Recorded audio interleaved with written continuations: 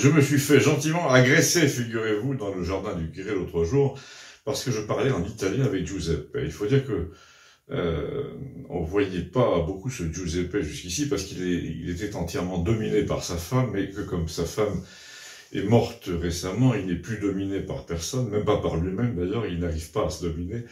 Ça veut dire qu'il boit pas mal et qu'il erre volontiers à la recherche d'un peu de compagnie. Giuseppe a 91 ans, une tête de vieux carabinier, une petite moustache, une casquette grise. Il est ancien champion d'Europe de natation. Il a été électricien toute sa vie. Il a vécu en France depuis l'âge de 8 ou 10 ans, comme Gustave qui est de Gênes. Et quand il s'est retrouvé veuf, Gustave l'a protégé en lui rédigeant les papiers de succession, car sa femme voulait un peu d'argent. Mais surtout, Gustave m'a demandé, toi qui as toute une filmathèque en italien, sois gentil, prête-lui des DVD. Alors souvent, je pioche en effet dans ma collection d'Ettore Scola ou de Luigi Comencini pour lui donner des films. Alors pourquoi parlions-nous italien ensemble? Eh bien parce qu'il faisait une sorte de retour à ses origines sur le tard, et parce que je suis resté en poste en Italie pendant 3 ans. Et ensuite, en l'occurrence ce jour-là, parce qu'il était furieux contre le pape, figurez-vous, à cause de la crèche du Vatican.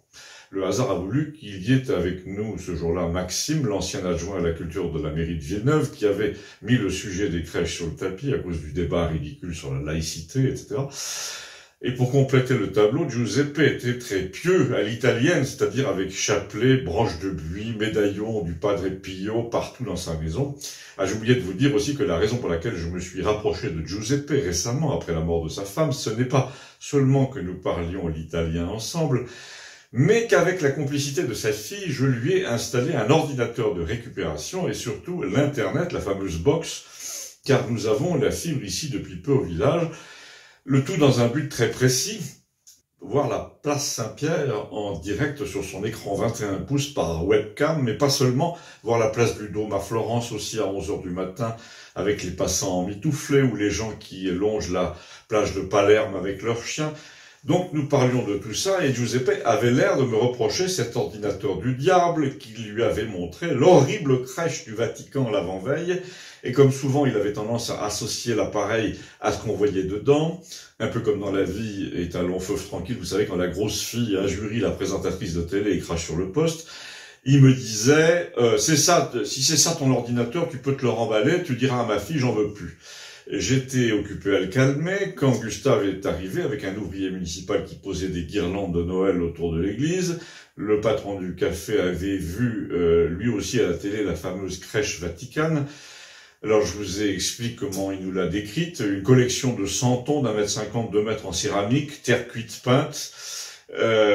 Sauf que ce ne sont pas des santons avec des joues roses, mais des sculptures modernes, toute droite, un peu comme une rangée de boîtes de conserve avec des moutons qui ressemblent à Bob l'éponge à peu près. Et là, Gustave, qui était en train de se disputer avec l'ouvrier communal, est revenu vers nous pour nous expliquer qu'il lui avait demandé d'aller poser ses guirlandes ailleurs, parce que si on parlait ici et qu'on n'avait aucune envie de hausser le ton pour couvrir le bruit du diesel. À noter que l'ouvrier communal était le seul masqué parce que s'il ne l'était pas, nous a-t-il dit, c'était une faute administrative. Oui, même dans le camion, même tout seul, même en pleine campagne, avec un vent de 50 à l'heure. Mais ça, nos descendants, j'espère, ceux qui regarderont ce genre de petits sujets à la fin du siècle, auront compris que nous sommes gouvernés en ce moment par une équipe de tarés qui applique un plan international. Oui, là, c'est moi qui parle. Que nous sommes nombreux à en être conscients, à attendre le moment opportun pour enrayer cette machine de toute notre intelligence, de toute notre imagination, de tout notre savoir, et que donc ce qui va leur arriver à ces gens qui nous oppressent, et que vous connaissez, messieurs du futur, était entièrement prévisible.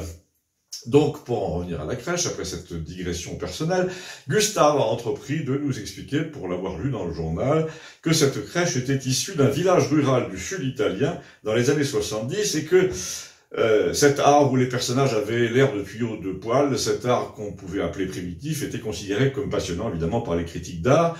De là, a dit Maxime, qui avait dirigé les services culturels de Villeneuve, le fait que les conseillers artistiques du pape, du Vatican, qui dînent tous plus ou moins avec les journalistes spécialisés à Rome, se sont laissés bourrer le mou. On leur a dit que cet art populaire, mais populaire au sens maladroit, au sens médiocre, au sens bidonville, serait idéal pour donner une impression de proximité du christianisme avec les pauvres. Et là, Gustave a réagi, a dit Or, c'est le contraire. À chaque fois qu'elle fait un truc comme ça, la hiérarchie de l'Église s'éloigne au contraire des pauvres qui trouvent que c'est mal sculpté, que c'est n'importe quoi. Les gens pieux comme Giuseppe, la preuve, voulaient voir le petit Jésus, de la paille, des moutons, un Saint Joseph, des rois mages avec l'encens, la myrrhe sur les bras dans un coffret. Donc une fois de plus, les élites, qu'elles soient vaticanes ou laïques et bourgeoises, mais c'est les mêmes, ont tendance à considérer que c'est elles qui pourtant connaissent par cœur l'histoire de Giotto, de Michel-Ange, du Bernin, de faire semblant d'aimer l'art des bidonvilles et non aux gens des bidonvilles d'accéder à la beauté classique qu'ils ne comprendraient pas puisqu'ils n'ont pas l'éducation nécessaire, puisqu'ils ne sont rien, suivez mon regard.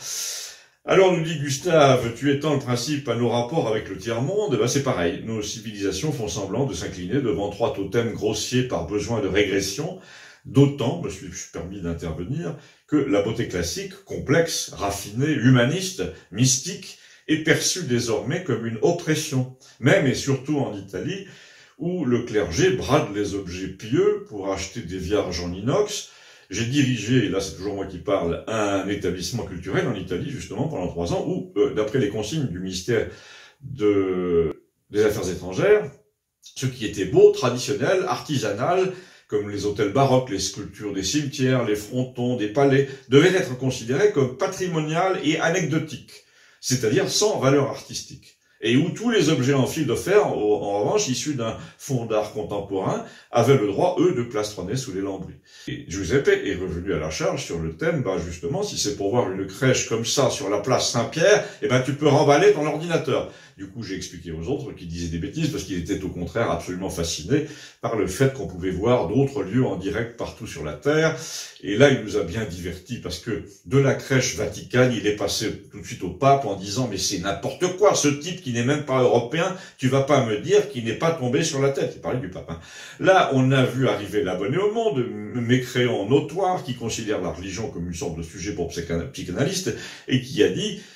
ça m'aurait étonné, il a défendu le pape en disant que pour une fois, il le trouvait très bien. Un peu comme quand Obama a été élu, lui, le Albert, qui était anti-américain comme tous les gauchistes admirateurs de Fidel Castro et de Mao, a trouvé que pour une fois, c'était un président américain à son goût. Alors Gustave nous a fait rire en disant « Ah, si Albert le trouvait bien, c'est qu'il fallait s'en méfier. » Là-dessus, Giuseppe s'est mis en colère, comme toujours une colère plus ou moins feinte, en nous disant que ce pape n'était même pas foutu d'éclairer la place Saint-Pierre la nuit. Il a dit un truc amusant en désignant la placette qui se trouvait derrière nous au village. Tu vois, Claude, l'ouvrier communal, il met des guirlandes lumineuses partout dans le village alors qu'on est 200 habitants. Et la place Saint-Pierre est complètement noire la nuit en ce moment. Pas un projecteur, pas une loupiote, pas même dans le sapin. Alors là, chapeau ton pape, m'a-t-il dit. Alors c'est moi qui passe pour le plus catholique en l'absence de notre ami et l'ancien moine et surtout de Léon. Il me dit, tu peux vérifier sur Internet, il y a une caméra fixe sur la place Saint-Pierre. C'est simple, alors qu'il y a des caméras en direct partout dans le monde, nuit et jour, alors que les pyramides du Caire, la Tour Eiffel, tout ça est éclairé en direct toute la nuit. Le phare du catholicisme, lui, est éteint. J'ai balbutié que ça devait être une histoire de couvre-feu. Maxime, l'ancien adjoint à la culture, a dit qu'ils ne veulent probablement pas attirer les touristes le soir, parce que c'est interdit à cause du virus. Alors, Giuseppe a dit non, il n'y a pas d'excuse. Quand tu regardes la Piazza del Duomo de Milan, c'est allumé toute la nuit. La vérité, c'est que ce pape est complètement timbré. Già con questo presepe di merda. Alors, presepe, c'est la crèche, et le reste, je vous traduis pas.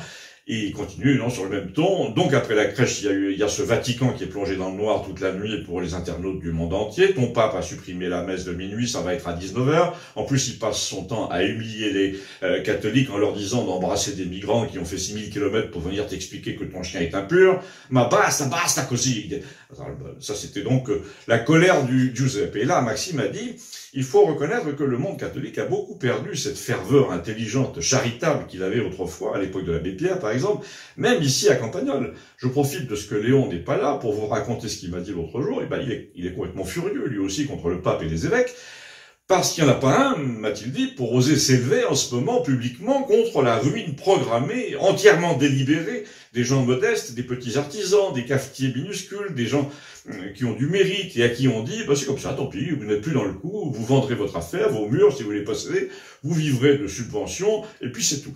Normalement, le rôle de la religion, c'est quand même de plaider sans cesse la cause des humiliés, des sacrifiés. Mais là, ils font l'impasse sur la petite coiffeuse du coin, sur la fille qui a monté une boutique d'esthéticienne, sur les organisateurs de mariage, les petits patrons de toutes sortes, les coachs, les salles de sport, les boîtes de nuit, les musiciens, tous les gens qui ont du courage et qui se donnent un peu de mal.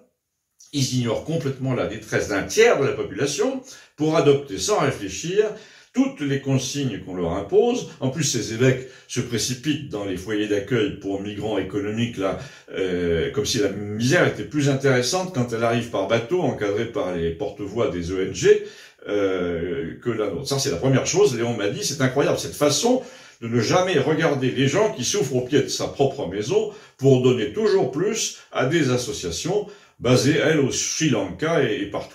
Ensuite, il n'y en a pas un seul de ces évêques, m'a-t-il dit, qui ait osé mettre en doute l'utilité du masque en plein air, même du bout des lèvres, alors que tout le monde sait que c'est de la foutaise. La preuve, même Albert n'en met plus. Ni eux, ni le pape, a-t-il dit, n'ont évoqué la probabilité de dommages psychologiques et moraux supérieurs aux dommages sanitaires, alors que la psychologie et la morale, normalement, les évêques et les prêtres, c'est leur domaine. Ils en sont les gardiens. Mais là, non, m'a dit Léon, ils la bouclent, ce sont des gardiens discrets. On aurait attendu d'eux qu'ils jettent au moins le doute sur des pratiques humiliantes et dangereuses, qui font flamber les égoïsmes. Il pourrait rappeler que l'un des effets de la crise est de sacrifier la classe moyenne au bénéfice des ultra-riches, que n'aime pas trop l'Évangile, et des ultra-pauvres qui finiront assistés par les premiers. On aimerait qu'ils disent qu'infliger le port du masque à des enfants de 6 ans, c'est leur faire connaître une épreuve dont on ne peut pas du tout prévoir la portée future. C'est une effraction mentale pour un bénéfice sanitaire à peu près zéro.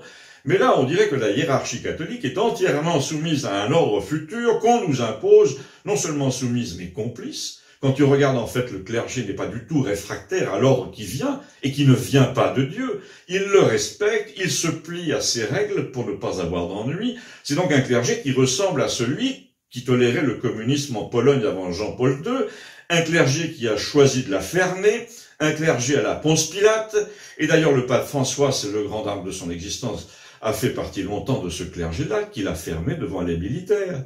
Je te signale que Léon, l'an passé, ça c'est Maxime qui parle, a proposé de jouer de l'orgue dans l'église ici de temps en temps quand il y a une messe.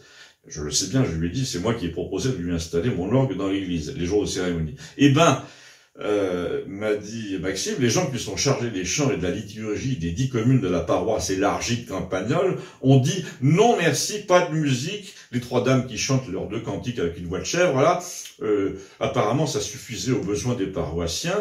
En tout cas, c'est ce que les prêtres ont décidé.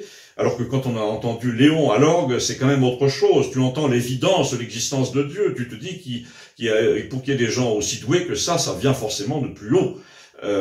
Mais justement, il ne faut pas que le don de Léon détourne le blaireau paroissien moyen de son univers étroit. Quand tu écoutes Léon au clavier, tu as envie d'arracher ton masque et de rappeler que Chopin est mort tuberculeux à 35 ans. Eh ben, c'est le contraire. Je ne sais pas si tu as vu ici le nombre d'avertissements à l'entrée de l'église, juste à côté de la sculpture de Jésus sur la porte.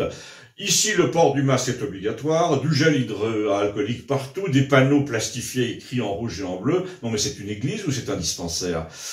Alors Maxime s'auto-excitait comme ça, contre l'abonné au monde d'ailleurs, qui avait l'air de trouver, bien qu'il ne croit pas en Dieu, que tout ça était légitime, puisque le gouvernement l'avait dit. Là, Gustave a fait remarquer que c'était pas la peine d'aller chercher beaucoup plus loin pour trouver la marque du diable dans cette histoire, la marque de la bête. Les gens essaient toujours de repérer les 666, mais quand on y réfléchit, le masque, c'est la marque de la bête, sans laquelle on ne peut ni acheter ni vendre, comme il est dit dans l'Apocalypse. C'est exactement ça, sans ton masque, tu ne peux plus rien faire. Et là, évidemment, l'abonné au monde a ricané sur l'idée même d'Apocalypse, et il a regretté que Vladimir, le jeune russe, ne soit pas là aujourd'hui, ni Léon, dont c'était l'un des thèmes favoris. Mais Maxime était tellement remonté qu'il a bien voulu relever le défi, surtout quand l'abonné au monde a commencé à lui dire « Vous voyez là votre Trump, eh ben comment vous l'avez dit, c'est plié, hein ?» Et ça s'adressait aussi un peu à moi, évidemment, et moi j'ai pas réagi.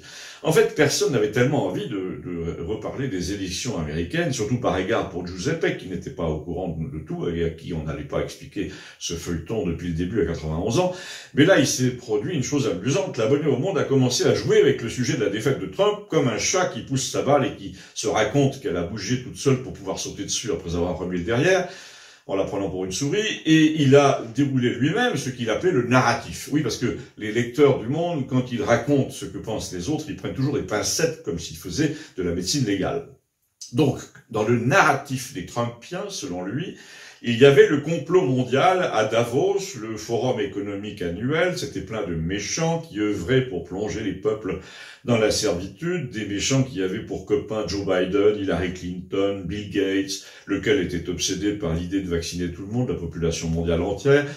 Biden était financé depuis le début par toutes les entreprises de technologie, alors que Trump, lui, c'était par les équipementiers automobiles, les garagistes. Donc, sous-entendu, c'est le pays légal contre le pays réel, les intellos contre les chasseurs, etc. Et là, dans une sorte d'ivresse parodique, qui sonnait complètement faux, parce que l'abonné au Monde n'a évidemment aucun humour, il ne sait faire que de la dérision, comme sur Canal+.